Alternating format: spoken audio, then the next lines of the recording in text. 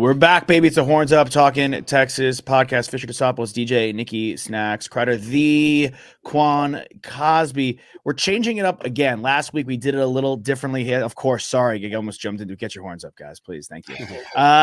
We did a little differently last year. We had a recruit on, Dorian Brew, 5-star recruit corner. He was awesome, and that was courtesy of our dear friend Chimdi Chekwa, who is a 4-year starter from Ohio State, covers the Buckeyes, believe in Buckeyes, also a former NFL vet. He sent him over, and we're like, you know what, Chimdi, we all talk college football. You're great at talking college football. We're great at it. We love it. Let's get you on. Let's talk a little college ball. So, Chimdi Chekwa, welcome to the show. Thanks for having me, guys. I'm happy to be here. Yeah, of course, man. A lot going on in college football. It never stops. Yep. Transfer portal is kind of done. Right now, we got the Senior Bowl going on, which I want to talk a little bit about because the NFL draft is about to be the number one thing in all of football once the Super Bowl is over next Sunday. What were either of your guys' experience, if you had any, at the Senior Bowl? And what do you guys think that does for NFL draft prospects? Because from our perspective right now, after day one, day two guys in the Texas Longhorn fronts that are kicking ass are Devondre Sweat at defensive tackle and Christian Jones at right tackle. He was our starter as a senior. So both those guys are really dominating over there. So I'd love to get both your guys' maybe perspectives and opinions on the Senior Bowl. Start with you, Q, and then go to you, Chimdi. Man, I tell you, the Senior Bowl first is Mobile. That's the first time I've ever been there, so that was always something. And but man, I went at a cool time because a lot of good dudes, Pat White, a lot of the USC guys, that we had played against, just competing on that level with senior folks, people who get it. It was a lot of fun. I will say that there was the only negative because it's two of them. One, two of the worst teams usually are the coaching staff. So they're sometimes they're cool, sometimes they're not. We had the Bengals, who I end up going to, so they certainly like something they saw at the Senior Bowl, and then two. And I think Ohio State's a Nike school too, right? Yep. Two, our gear at the time, Under Armour was trying to get in football, and they give you the gear and they force you to wear at the time Under Armour. My feet have never hurt so damn bad as a receiver in that and those Under Armour shoes were garbage. Now, again, they've come a long way since 2009 Senior Bowl, but it's man, you think about it, is ways to compete. I think the one-on-ones are more important even than the games because it's just you're switching quarterbacks every other freaking series. It's no consistency from a game standpoint, but as you can see with our guys there, Christians making them some money, T Sweat we knew was going to do really well. That those one-on-ones is what everybody's showing is on the NFL level when you're going against some more than likely a decent amount of dudes who are going to play on that level. It's good to go have a good showing. Now, glass half empty, you go there and lay an egg, it's not going to work itself out either. So you have to go compete, and it's cool that they have that game invitation only that you can go do that. Love that, Chimdi. Yeah, so I actually didn't go to the Senior Bowl. So I got the invite, but I dislocated my wrist my last game in the Sugar Bowl against Arkansas in college. So I took that opportunity to continue to do rehab. I think I had another second surgery lined up around that time, so I didn't even go do like interviews and stuff like that. But I do remember, and missing out on the opportunity. We had a lot of corners my draft year. Guys like Pat Peterson, Richard Sherman. It was like 10 or 12 of us. And the guys who went to the Senior Bowl and performed really moved up because, at some point we could take either guy. But we saw this guy line up in one-on-ones and do well. So we're going to pick him. And, a guy like Sherman who went, I think, in the 5th round. And he was at the Senior Bowl. I'm not sure he had honestly, I'm not sure he had a great Senior Bowl. So it goes both ways. I think it's an opportunity for coaches, more so than the combine. Coaches can actually go there and see you compete one-on-one. Like, can I win? And they also get an opportunity to potentially interview you and get to know how much knowledge do you have. And I think guys who have a good showing at the Senior Bowl or any of those, all-star type games, do a lot for themselves during that draft process. Dude, I want to piggyback on that. for me, and I overthink stuff. So the combine to me is running the 40. It's a bunch of non-football stuff.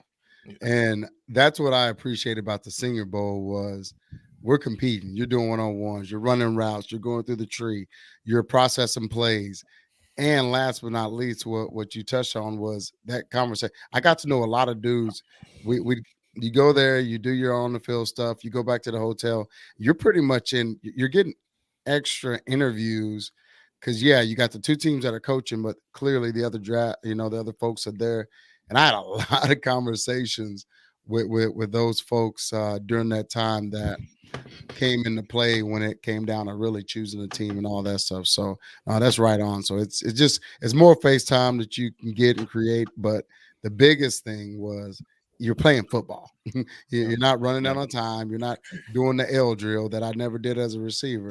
You're truly going out there and catching balls and taking care of business. Do you guys feel like some players might have been putting on a show just to kind of show off their personality a little more? Like we say that like when Hard Knocks comes to a team, maybe those guys are putting on more of a show because the cameras are on. They want people to see them in a different way. Do you think that's maybe the case of the Senior Bowl with some guys with a bunch of coaches, and they're trying to look like they're, something that maybe they aren't? I mean, it's hard to do. Like at some point, you got to line up and play football. I think Right.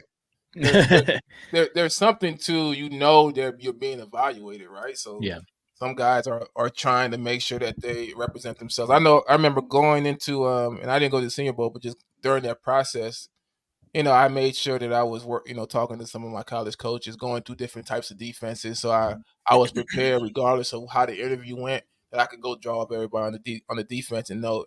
And because part of my scouting was that I was a guy who really understood a lot of I could slide inside and that. So I wanted to be able to really show that if they were expecting it.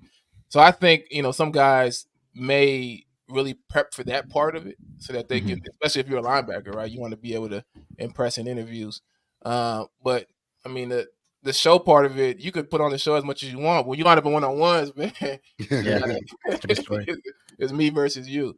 Yeah, absolutely. I want to talk about both of our programs now. I'm going to ask a really. I want to say something to Nick's question because at the Senior Bowl, not so much. Now, clearly, Chimdi's a smart dude. We didn't really have to put on a show, but if there's questionable things about your character that you wanted to show a different light, I could see some dudes, doing a little bit extra. Trying to get a few more, get a little bit more FaceTime to show that side of them. And I'll tell you a funny thing that happened at the combine, not the Senior Bowl, was we're in line where you're pretty much getting taken down the line and measured like a piece of meat. And I saw some dudes doing push-ups trying to get a vein to pop out. So you see a little bit more of stuff like that that's goofy than I necessarily saw at the Senior Bowl when you're playing football. That's why I laugh about the combine. You're in Indianapolis. You're going on a little bit different turf versus back home and all the rest. And so I saw more of a show at the combine than I did at the Senior Bowl, where you're just playing ball and having interviews. So that does happen, but not necessarily at the spot you talked about. The combine is all show. Right? It's all show, bro.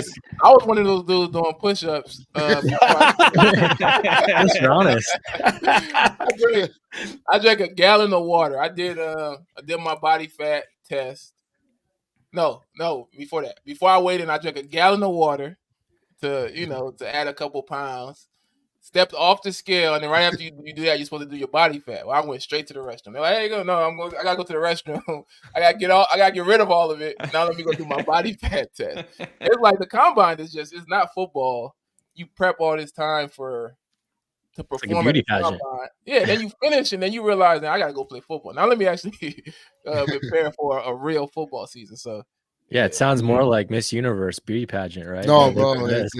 Hey, that portion of it, I mean, you're sitting there in line and they're measuring the one cat. You have about 1,500 dudes out there, including owner. That is the one thing, too, which is very weird. The owners actually go to that and when they're doing the measuring. And then you walk down this aisle of folks in your tights, and it is there's some similarities. There's some other similarities, too, that we could talk about and look like. But nah, man, you're right. That's all show, man. It really is.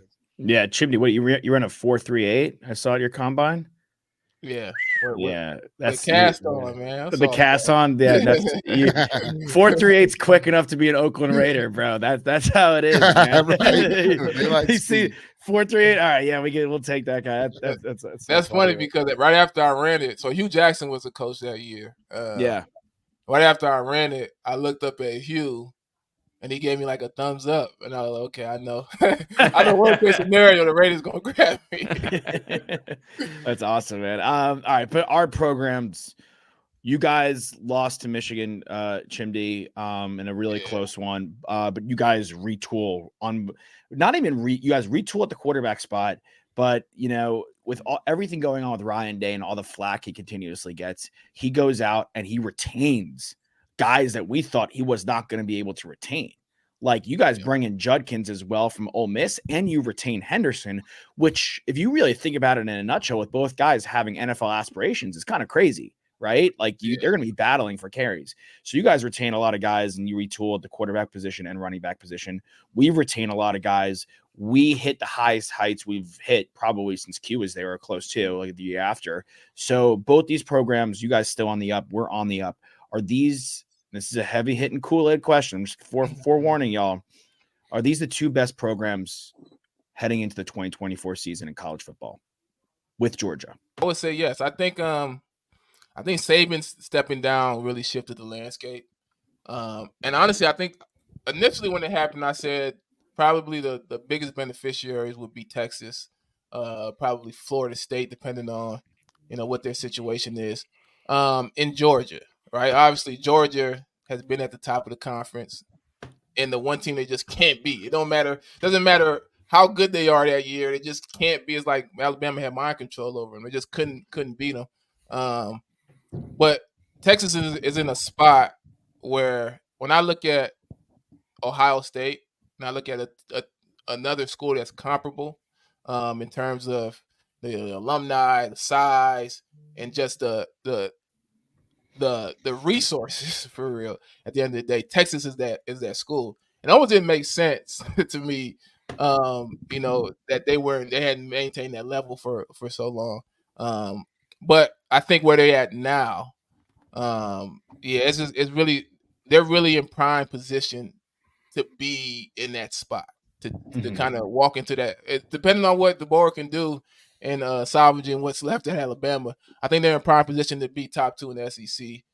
They still got to do it, but in terms of the coaching, the talent that exists, and if I'm a high school or a college kid who's looking to transfer, and I'm in the South, Texas will be at the top of my list.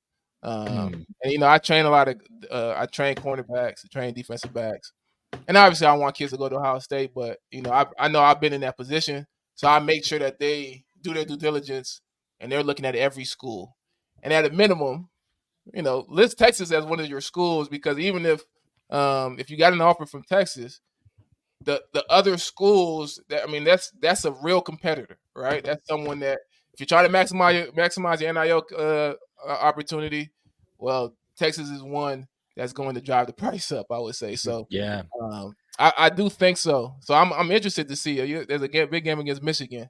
I'm interested to see how that goes. That's something I never even thought of, is the driving up the price, and kind of like in baseball where they leak news that they're talking to a free agent, right, just so another team can up their price. But I guess that's beneficial for a high school recruit as well, saying, okay, you know what, I have offers from Texas and Bama and Georgia. What does USC got for me? What does Ohio State got for me? So it's a good point, bro. If you pay attention to social media, these kids are great at it. And I laugh because essentially, this recruit hit me up not too long ago. I actually am not very good at following recruiting, but this recruit hit me up. He's like, hey, what do I need to do here? So I hit up Huff and I talked to a couple of dudes over there. I was like, hey, what are their next steps? And it blew my mind when he was like, hey, tell them to just hit them up in their DMs. And I'm like, what? DMs? Like Instagram or Twitter? And he's like, that's one of the best ways to kind of get, in touch with some of the recruiting guys or the coaches. So when someone put it out there, Texas, Ohio State, Michigan, Florida, all those schools offer me, yeah, that's what they do. Truth be told, coaches been doing it for the longest. Their agents will leak that in a second. Oh, and be lying half the time. Oh, yeah, Texas reached out, Ohio State reached out, Michigan, USC reached out. And so he's right on with the NIL world and what's happening. And I'm going to tell you, the reason I put Ohio State and Texas as two of the probably either want to be one or the other as far as top. Now, Ohio State lost a lot with Harrison and stuff like that, but they kept their coach. Thank God, because a lot of folks, I say pretty damn good job other than beating Michigan the last few years. But Alabama, Saban being gone, you got to call a spade a spade. That's a big deal to everybody. And we've been beneficiaries of it.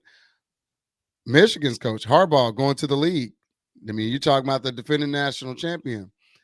USC's fell off. When you think about other blue bloods, when you look across the landscape of true blue bloods, you got Georgia, they have their same coach.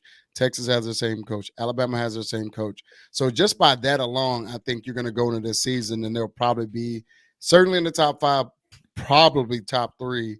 And then with them having their same coach, dealt with, there's no such thing as not dealing with the portal at this point. It's a S show and it is what it is. But having that consistency and those pieces in place, they were beneficiaries from having their same coach. And I know Ohio State got a big quarterback. You know, we got half of Alabama's team, and Georgia, quite frankly, didn't really need anybody, so they had what they needed. But man, it's cool for us to be back in that mix. The blue, it's a football as we know it. You talk about NIL and the folks, the devil's advocates talking about, oh, what about the small dudes? Football is a blue blood sport. You know, Washington, kudos to them for the year that they had with a very veteran team, but football is a blue blood sport, and certainly those schools are going to be in the mix, especially when they have the consistency and the good pieces in place, like your head coach, of course. I want to quickly ask you guys something, just very quick on the topic of recruiting. Last week we had Dorian Brew, Chimney, you're really familiar with him. And we were asking him the things that he liked most about all the schools that he's been visiting: Texas, Penn State, Michigan, Ohio State. And the thing that just kept on being constant was position coaches. He goes, I just have a really good relationship with Ohio State's position coach. I have a really good relationship with Texas's position coach, Gideon. For you guys, and for guys who are recruiting, is that, I really didn't realize how big of a factor that is. I mean, obviously it's the guy who's molding you your whole career, but is that the number one biggest thing when going to a school, is having a relationship with that guy, even over the head coach? So for me, it depends. So for me, Jim Tressel was a big reason why, outside of all other reasons to commit to Ohio State, Jim Tressel was a big reason why I committed to Ohio State. Interestingly enough, Urban Meyer was at Florida at that time. So I lived in Central Florida. I grew up in Louisiana, but I lived in Central Florida through high school. And University of Florida was about an hour and a half drive from my house. So I went to every game, every Florida game on the weekend. But I was not interested in going to play for Urban Meyer at that time. But I was interested in playing for Tressel. And Tressel and the staff underneath him all kind of had similar personalities. And I think just who I was, they kind of fit my personality. So coaches matter a lot. Because at the end of the day, you're a young kid leaving your house, right? The next person, the closest parent at that point is really going to be the coach. And I think, in today's college football, where coaches are shifting, players are following them, etc. Really, that communication kind of happens with that coach that's recruiting you, and they're going to be the extension of the university or how you feel about the university. And I think, we see it. We got the kid Caleb Downs, the safety from Bama, and I think the relationship he built with Tim Walton, even before he committed to Alabama, is what. There's other factors as well, but it's what made him feel comfortable leaving. I think he's from Georgia to come up to Ohio the next year. So those relationships are important, and they're not just important initially getting the recruit. Because of the transfer portal, you got to at least maintain that relationship somewhat, because if a coach leaves, that recruit now has to make a decision. Do I stay here, or do I go, play for that coach who I really like, but he came second place before? Yeah, it definitely puts the emphasis on the first go around, right? And then maintaining that relationship, where before, if you didn't get the guy, you didn't get the guy. And then it's kind of like tough luck, right? Moving on to the next class, but holding on to that relationship and being there when he announces on social media that he's going to transfer, or just, tells Hayes Fawcett, right? And then he's back in the portal. That coach who had the relationship from the recruiting cycle before gets back in there, and it makes a huge difference. I do want to ask, was it that you were so close to the University of Florida, like that it didn't have the same allure as someone else in the Southeast that saw them winning? Or was it the style of coaching, like that you had heard things about with Urban, who's been on your show, and that's one of y'all's best episodes, he was so candid about how he doesn't want to get back into college football now because he doesn't want to have to deal with the recruiting right now. But it's interesting, right? Because they won. And so or the guys in the roster. Sorry, I have to add that too. Or the guys in the roster. Yeah, you might have dodged a bullet. No pun intended. No, I didn't. At that time, no, I didn't really know that. So my senior year was Tim Tebow's senior year in high school. Okay. As well. Tim Tebow was committed to Florida. For me, it was the coaches. So, and shout out to Urban Meyer. He came on our show. He's great. At that time, I was not a big fan of the staff. Dan Mullen was a guy who was directly recruiting me. Dan Mullen, who I think he was at that point, he may have been a receiver coach or offensive coordinator, and he had kind of our area of recruiting. And Dan Mullen would text me every morning. What was the text? It would be, "If you're not a Gator, you're Gator bait," and that irritated me, bro. Like it just irritated me. Like I didn't feel.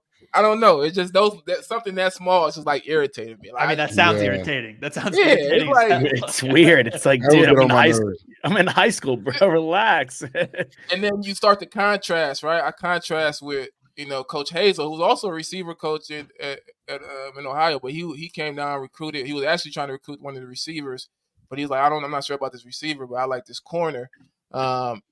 And like his like our communication there was more uplifting. Like when I talked to the DB coach, it was more, hey, you should, to improve your back pedal, you should do this, this, and this. And I got a season to play. So you give me some tips, and then I go on the field and I start picking off passes. Like that makes me want to go there, So just the approach was different. And all these coaches now, they're great guys, but that approach was different, and I felt more comfortable with the Ohio State staff than I did with Urban staff. Man, that's so funny. When I think about recruiting, for me, I'm very similar. Your head football coach is if you're a steak and potatoes dude, they just have to be the steak. You got to have a good steak because they're the leader.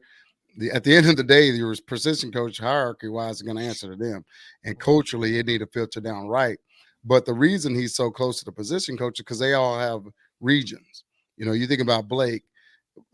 For me, I got recruited by Bruce Chambers, who wasn't even a receivers coach. Now, clearly, I had a great relationship with, Coach Kennedy and the other guys that were involved.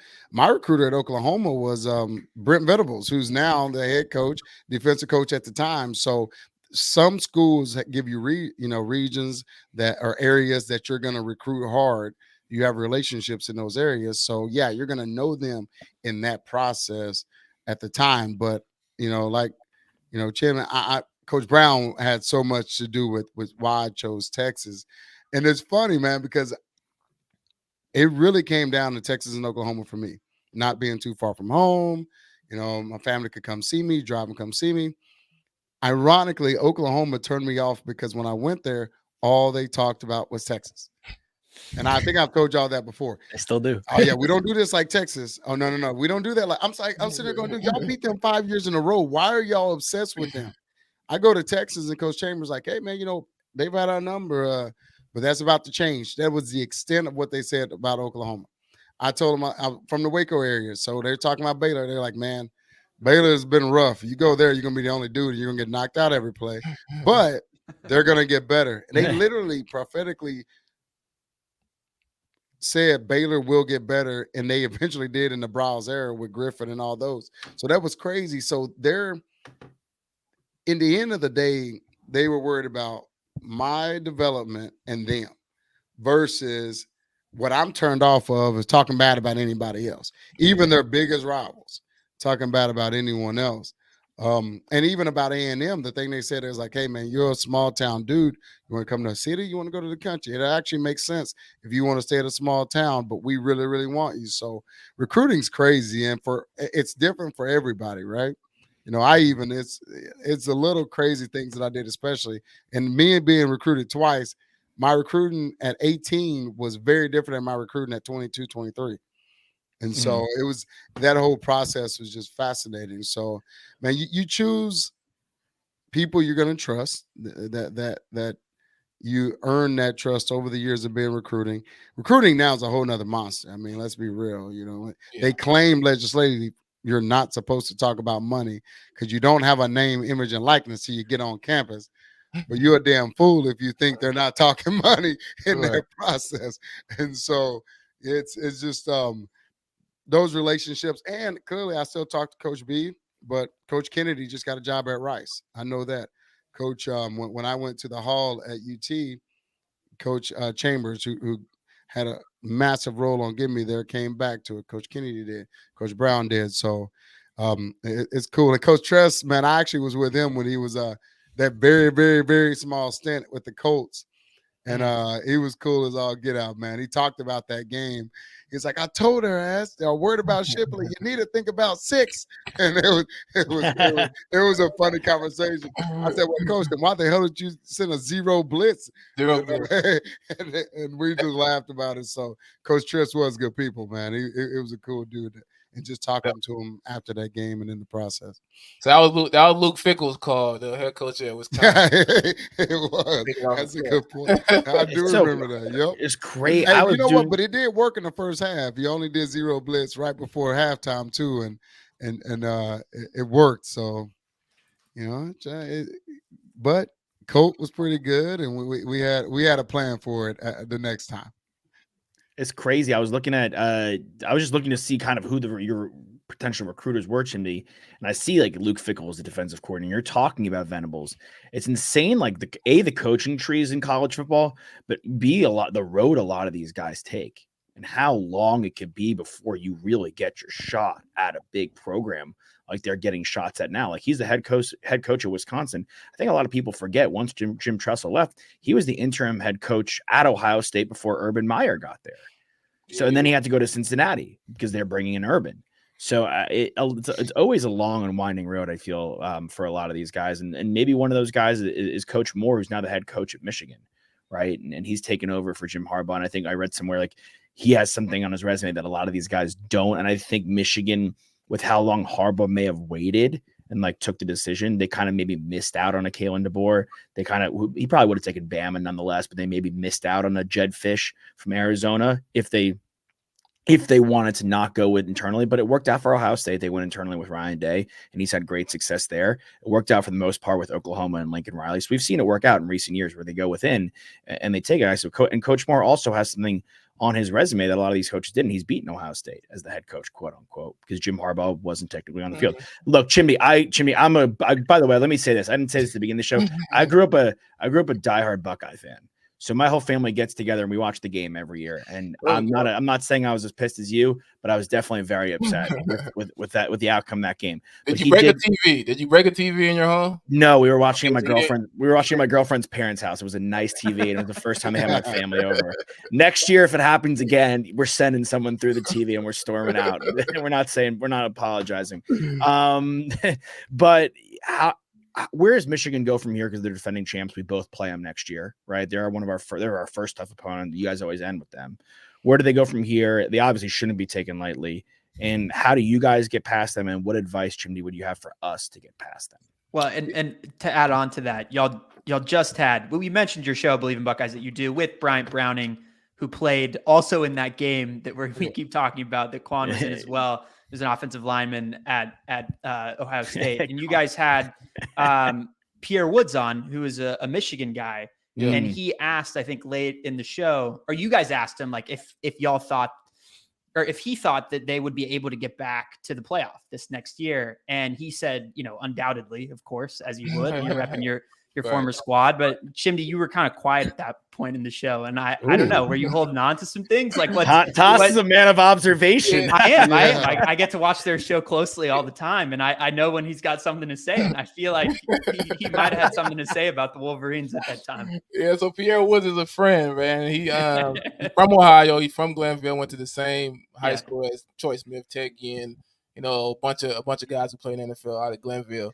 But he was like the first guy from Glenville to go to, well, really the first guy from Glenville to go like high level D1, playing the Big Ten. So he's almost like he's a friend, but he's also like I wanted to respect.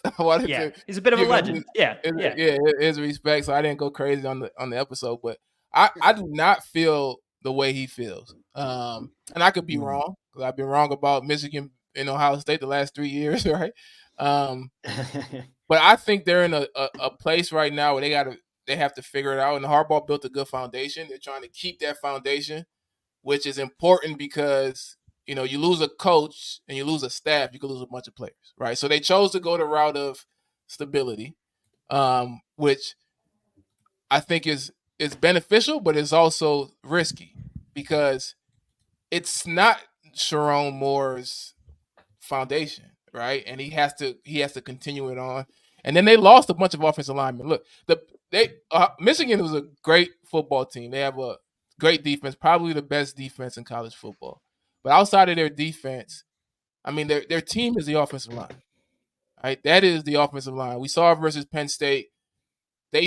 Everybody says Michigan ran the ball 30 straight times because they were dominant. No, they ran the ball 30 straight times because that is their strength, is running the ball. They could have easily on the 3rd and 3 thrown a pass for a first down, but instead they chose to run it and they get 2 yards and they punt. They were comfortable with playing defense and running the ball. The offense, their head coach is an offensive line coach. He's an offensive lineman, I think maybe at Oklahoma or something back in the day.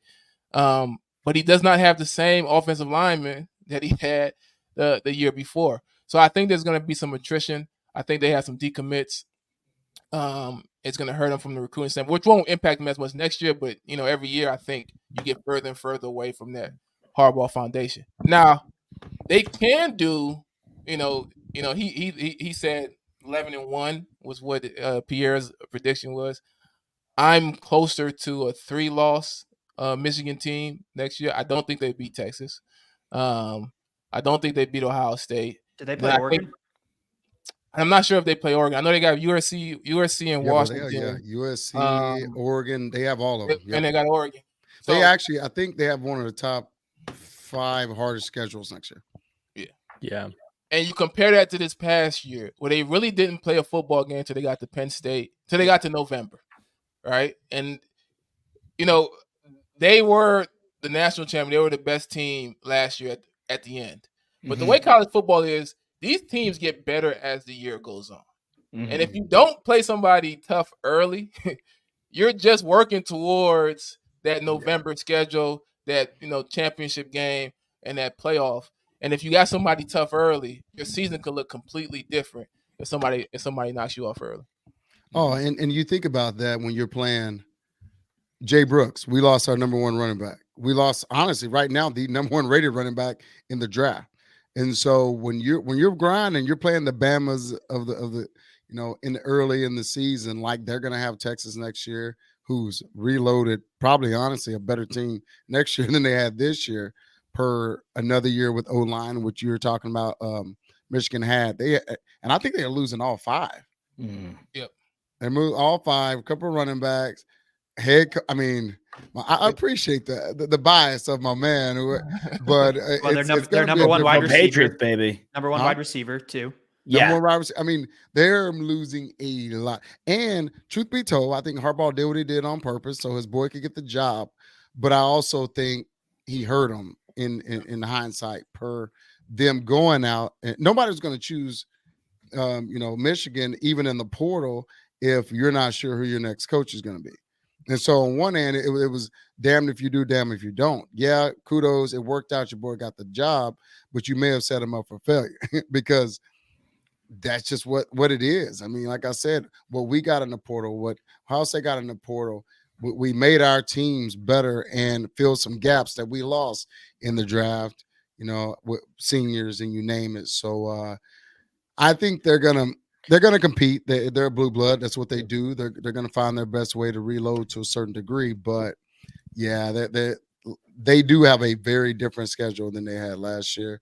And so in the trenches, we're actually going to have a closer example of that O-line that they had last year, in my opinion. We're going to have 1, 2, for sure, 1 or 2 first-round picks and a couple of second, maybe even more. So I think they're going to have their hands full. And that's not me being biased.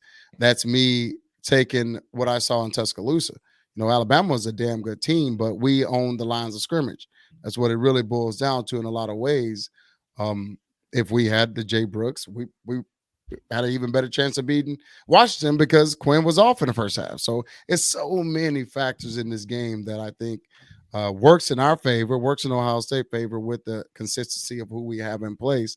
And unfortunately for a Michigan who – it's all good because they just won the Natty and they got some years to not even worry about it. Those shirts are going to sell for at least 10. Yeah. They can. I don't think it's going to be the same season. And I remember, I think Tosh, you said it earlier. Maybe the coach would have looked at Bama. Hell no, no coaching. I'm not sure what my man from Washington was thinking. You do not follow Saban. That man won 6 rings there. Yeah, 6. Now, if you were the coach at Michigan that helped accomplish what you did this year, you get a lot more bandwidth because you were a part of that. Harbaugh did miss 6 games last year, but you were built different. You were one of the oldest teams in the country, like a Washington. And now the real is about to happen. And another conversation we had was the amount of turnover in coaches. They don't have much patience for coaches these days. No, at any level, even at Michigan's never had it either, bro.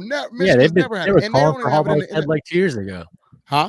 They were calling for Harbaugh's head exactly. like 2 years ago. Hell, and the NFL level, they've changed every coordinator in the last 2 years on every single team. That blows my mind.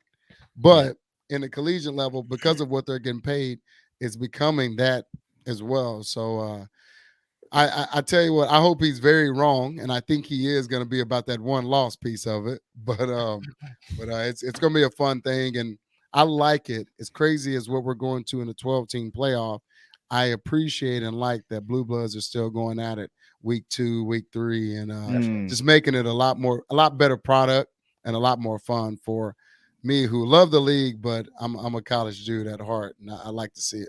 Are we predicting more or less tears from Sharon Moore on live TV this year? Oh, he gonna be some tears. It ain't gonna be the same. Oh no! It reminds me of Rodney Terry, honestly, a little bit. It gives me a little Rodney Terry vibes. I know with the different circumstances with him taking over for Chris Beard, but he inherited a great team, so I think he's inheriting a great situation. Well, we'll have to see if we can put it together on the field. I think the comp is also accurate in certain ways when you look at the parallel, because we still don't know how his team and this university is going to be affected, right? Like it's not over yet with however things get ruled, and that could affect things in a different way. And hopefully it doesn't for him. And obviously Harbaugh knew exactly what he was doing. You know, Quan, like you're talking about.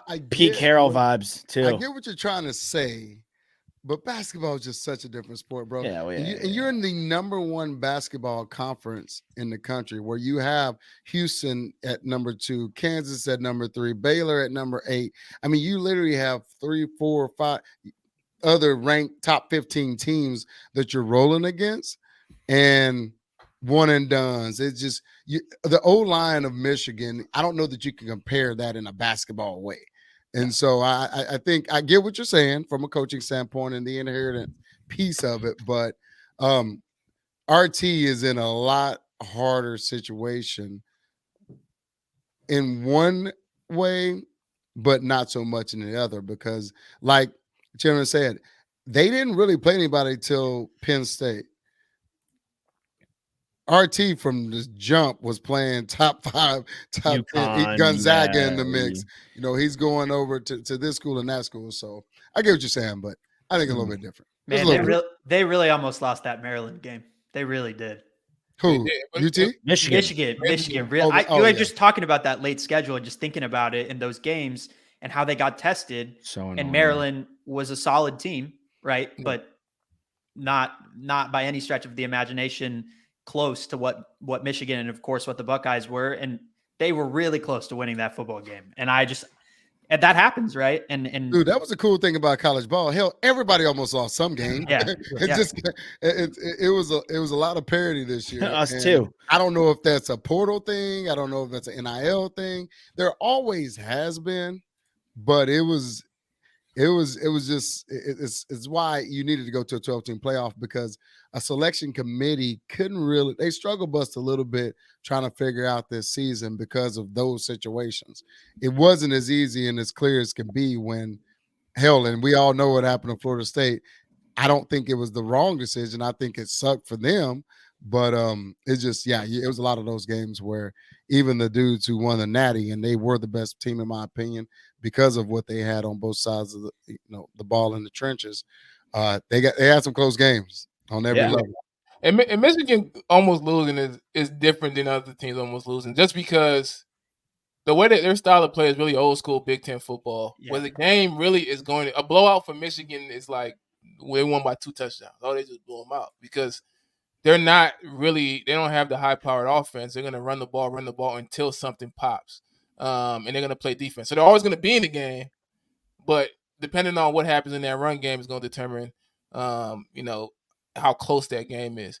But it points to the fact that next year, if there is some, if they don't operate from an offensive line standpoint, from a run game standpoint, close to what they did this year, it could start to get ugly for them, right? Because they're not beating you in a bunch of different ways on offense, right? It's just like Ohio State, we really struggled in the run game early in the season. It doesn't matter. We'll just keep throwing the ball to Marvin Harrison until we figure out the run, right? That's not really Michigan's approach. They have to be great at run. They have to be great at defense. And now they can do what they have to do. So it really is going to come down to, we'll know early on, if they have some leakage when it comes to the run, it's going to be a completely different football team, which would be crazy. And they have somebody coming in week 2 that's probably going to be top 3.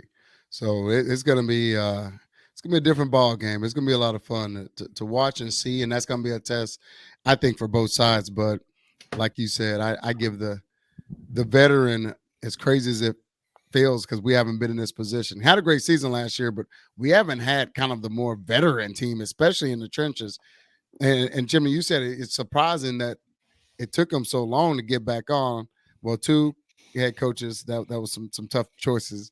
But then we didn't value the lines of scrimmage, in my opinion, the way we probably needed to. We still had some dudes on the outside, but you can't get them to block. They're mute. And so I think it's going to be a real test with Texas in week 2, I believe. Yeah, absolutely. And you kind of just hearing you talk about it, Chimdi, it just, I don't know, they kind of remind me of like maybe a second half of his career Floyd Mayweather kind of fighter, like a boxer that is just so technically savvy that'll just wear you down, and you'll always be in the fight's always going on because he's going to the 12th round. Yep. But you're not going to win the fight because he's a technician, and it's going to go to unanimous decision, and you're going to think you kind of have a shot, but you never really do. And that's the kind of the wear and tear kind of brand of football they play. Just have my wheels cooking. Hearing you talk about it. Quan, do you give the stamp of approval to that cross sport analogy right there? As opposed to the college basketball NCAA one. That was a better one. That was a better one. I think it was a better one. I was trying. I give him that. That was better. I was trying. That was solid. I was trying. Look, man. Well, and plus I'm sitting here in Austin, and by the way, you by no means did either one of y'all say anything bad about RT, but if you're in Austin, good Lord, man, they are beating my man up, and I'm sitting here going, bro, I get it on every level, but when you play the game, and I was at the Houston game, we end up losing the game in overtime, but that was the most physical they played all year, and I'm sitting there going, and what we know about coaches is that same dude coached them 4 weeks ago is the same dude that coached them that night. But for some reason, finally, they decided to turn it on. There, at some point, and especially in an era where you're getting broke off like crazy. I mean, these cats are coming out with 100K chains, and I ain't mad at them. Kudos, it is what it is. I think you take a little bit of that amateur status off, and you have to take some onus on yourself. I promise you, I love T. Hunt, but the consistency is just not there, and all the above. And so that's the only reason I had to have his back a little bit, because they're beating him down in Austin. And y'all know how our fan base can be. But I think he's going to have an overall better career. Clearly, we'll see what happens in Michigan in the football stakes. But I honestly think RT, with a few more years, is going to be fine, because he got the team early enough to recruit and do what he needed to do. The dude has the number 1 recruit in the nation coming next year, who was at that game, who only got even more fired up about it. So I appreciate the new comparison, but I think it's all gonna. I need him to back off and get his man time, because old boy from Houston took 10 years to get Houston where they are. Baylor's coach took 16 years to get them to win a natty, and that time is important, especially in that league. Yeah, absolutely. I mean, even other guys in college football we've seen, like Sark, Urban Meyer, like it takes time to really get, and even Ryan Day gets time, even if you have some success, to get things rolling to a championship level. Chimdi, we're going to have to get you on one more time, maybe a couple more times, as much as you want, man. We love talking college ball. It was an absolute, anytime you want, man. It was an absolute pleasure having you on. We always ask everybody this. It's usually your favorite Longhorn memory on this show, but you're not a Longhorn. And so we'll cater it a little bit to you. What is your favorite college football memory from you playing, watching, anything your entire life? Man, favorite college football memory is tough. So we had a Rose Bowl win against Oregon in that 2009-2010 season. This is coming off of, my redshirt year, losing to Florida in the national championship, then coming back, losing to LSU in the national championship, then coming back, losing to Texas in the Fiesta Bowl. And then you started to think, like, we're just going to keep going to these big games and lose every year. And then we got Oregon, and they had the high-powered offense, right, the Chip Kelly offense. And we were supposed to be too slow to keep up with them. Right? Was it Dennis Dixon? Was their quarterback? Who was that? Was it Dennis Dixon who was their quarterback? No, they had Was Mariota? It was Mariota. Oh, really? Yeah, they had Mariota at quarterback. Yeah, wow. I thought that was Mariota, because I think he won the Heisman the next year, and then they got beat down. Got it. In Jerry's World for the Natty, I think. Yeah, was that with like LaMichael James, like all their running, like Deanthony Yeah, they had LaMichael James. They had LeGarrette Blount on that team. Yeah. Sorry, guys. They had it was Jeremiah Masoli was the quarterback. Oh, Masoli. Oh, yeah. The bridge. He was the bridge. Yeah, because Mariota was 2012 and 13. Yeah, I apologize, Mariota. Yeah, it was Masoli. Masoli he really had like a really big head, but I remember he'd run up the middle.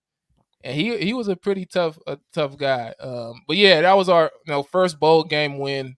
Got to celebrate out there in California. That was that whole week, from the win to the celebration after the win, to barely getting everybody on the plane the next day. That was probably my best college football memory, I would say. That's awesome, man. And it made me forget about losing to Texas in the Fiesta Bowl. That was a fun game. I got one more question as we close. The Super Bowl is coming up. We got to talk about that. Damn, I mean, can you bet against Mahomes at this point? That wouldn't be a good bet. No, bro, it's so hard. Yeah. Like I want to say, because honestly, San Fran remind me a little bit of Michigan. Really good O-line, lean on that defense. Yeah. Nothing against Purdy. I'm actually. Oh no, you're a Purdy hater. Yeah, that's what happens, Quan. When you try and talk shit on Purdy, your mic gets muted. That's what happens. We lost a Q. We lost a Q. We can't hear you. But Chim, I do have a question though. Because am I still lost? Now we got you back. Chimdi, it seems as if there is a weak spot on this 49ers defense, that it could be at the corner position, in tandem with their edge rushers, like not being as productive as they should be, or as productive as we think how big of names they normally have been in their careers. Do you think that will be kind of the telltale sign of how Mahomes picks apart this defense? Because obviously across the middle, their linebacking core, two of the best in the league right now. Greenlaw and Warner are incredible. Insane. But I felt like Goff was able to win some matchups because of the receivers on the outside and what they were able to do. Do you feel like that's something that will tell? I don't know. I mean, I think that's something. I just think the combination of Andy Reid and Mahomes is deadly. And Taylor Swift. They just got too much. You know what I'm saying? They just got too much ammo to be able to figure out how to win. In Kelsey, obviously. And they just figure out how to get the points that they need. For the 49ers, I mean, it's gonna be tough. I am a fan of Brock Purdy. I know there's a lot of talk about him being a game manager versus him actually being productive. I honestly don't think that stuff matters. It's like he was the last pick in the draft. He's in year 2. What is it? Year 2 for him? Yeah. He's way ahead of schedule. How about the fact that he's just a gamer? Like he just steps up and makes good plays. Like he's way ahead of schedule as an NFL quarterback, being in year 2, and he's super effective. Imagine you hiring somebody for your business, and you don't. I just need somebody to manage everybody else, and they come in, and now you're performing way better than you were before, and you continue to be elite. You just hire the best manager that's out here. I mean, I don't care how you label him. I think, I think the 49ers for sure have a shot, but somebody's going to have to make a play defensively against Mahomes, and it's got to be getting pressure on them on one side, and then you got to force a turnover. You got to force something big that changes the game, and that's really good. That's really what it comes down to. Because if you don't, they're gonna beat you. Done. Hook, line, and sink. I mean, like, he's just too dangerous. We're already talking about him being in the GOAT status. All right, we'll talk more football later. Q, we'll see you next time. We'll get a Super Bowl, maybe a little Super Bowl prediction from you next show. Chimdi, thank you so much for joining us. Fisher Desopoulos, DJ, Nikki, Snacks, Kreider, Alex, Toss Me the Rock Desopoulos. Oh, I said it already. And the Quan Cosby, my apologies. Gets your horns up. Hook 'em. We'll see y'all next time. Hey, is this thing show?